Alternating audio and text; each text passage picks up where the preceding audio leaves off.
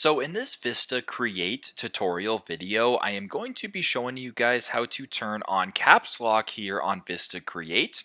So the first thing you have to do is open up the Vista Create website or the application, and once you're in here, just go to the left-hand side of your screen or the top left and add some text into your design. So I either press on the text button right here, or as I mentioned before, go to the left-hand side, go to the text tab and press on that, then press on Add Text. Now, if you want to make the caps lock on, I'll just change the text here so you guys can make it a little bit, you guys can see it a little bit easier. I'll change it to caps lock right here, caps lock, just like this. So if you wanted to make sure that all the text is capitalized and anything that you type moving forward is capitalized as well, you can just simply press on the text right here, go to this top bar to where there's this capital A and this lowercase a, and if you were to press on the capital A once, it actually makes it all capitalized. So as you can tell, it's now all capitalized. If you were to type anything else, you can just type in this is, whatever the case is.